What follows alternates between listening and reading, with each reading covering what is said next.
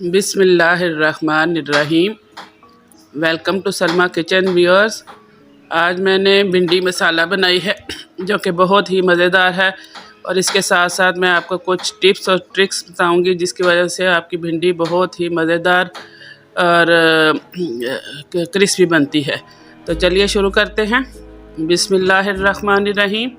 एक कढ़ाई लेंगे और उसमें हम ऑयल डालेंगे और ऑयल को हम हल्का गर्म करेंगे।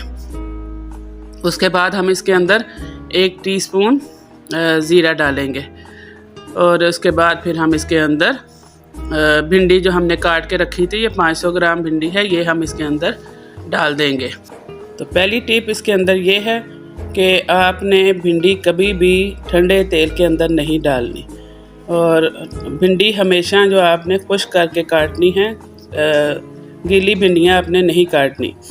दूसरी टिप ये है इसके अंदर कि आपने जो इसके अंदर भिंडी के अंदर सलेश होती है उसको ख़त्म करने के लिए इसके अंदर 2 अदद नींबू निचोड़ देंगे, तो इसके अंदर जो सलेश है वो पैदा नहीं होगी।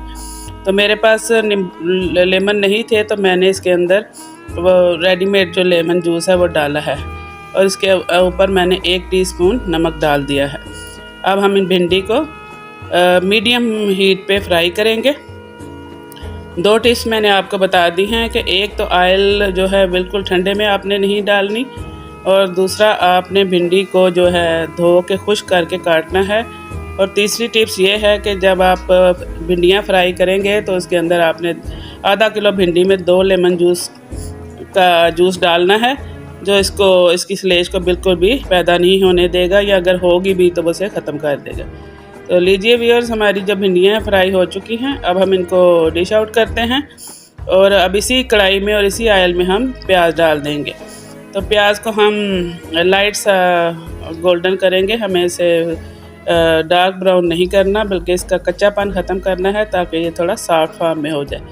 तो इस फॉर्म में जब प्याज आ जाए तो समझिए कि हमारा प्याज जो है फ्राई हो चुका है। अब हम इसके अंदर 1 पाव टमाटर डालेंगे और टमाटरों को हम प्याज के साथ अच्छी तरह भून लेंगे ताकि इनका जो पानी है वो खुश्क हो जाए और ये आपस में अच्छी तरह से मसाला जो है बन जाए इनका। तो माशाल्लाह से देखिए व्यूअर्स, ये आज जो भिंडी में बना रही हूँ बहुत ही मज़ेदार बनने वाली है, और अगर आप इसी टिप्स को फॉलो करेंगे तो ये और भी मज़ेदार बनने वाली हैं। तो माशाल्लाह से हमारा जो मसाला है बन गया है। अब हम इसके अंदर मसाले डालेंगे। मैंने ½ टीस्पून नमक डाला है और 1 टीस्पून हल्दी और 1 टीस्पून मैंने इसके अंदर क्रश चिली डाली है, क्योंकि हमने नमक भिंडी फ्राई करते हुए डाला है, तो इसलिए इसमें थोड़ा आप कम नमक डालिएगा मसाले में। तो हमारा मसाला माशाल्लाह से बन चुका है। अब हम इसके अंदर जो फ्राई की हुई भिंडियाँ थी वो डाल देंगे।